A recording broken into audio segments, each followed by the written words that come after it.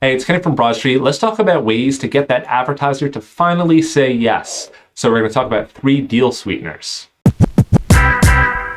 So we've done all the work to reach out to the advertiser, to get a meeting with them, to figure out their pain points. We may have even put together a proposal, done some Q&A because some advertisers ask questions, lots of them, and we get back to them. So we've done the whole song and dance, and now they're still kind of on the fence. So what we need to do is introduce some added value and also maybe a little sense of urgency. So we say, hey, we would love to have you on board. I know we can do a great job for you. If you're willing to come on by next Friday, what we'll do is, one option, do a welcome post on social media. So on our Facebook page, on our Instagram page, we'll introduce you, put you in front of our audience, tell a little bit about your story and what it is that you're trying to promote.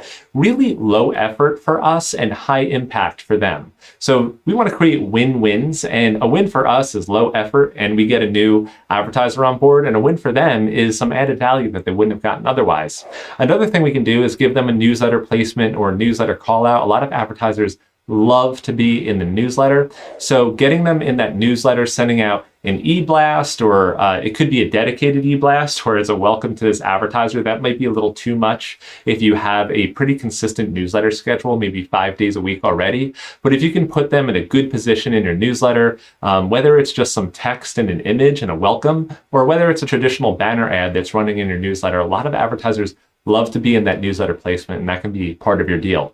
A third one is to give them a week in maybe some space that traditionally costs a little more money. So maybe a premium position on your website, a place that's really going to give them good visibility and impact. Whatever we do, we always want to add value. And that's a really nice way to add value, just a week-long placement in a nice prominent space. And they're really going to like that.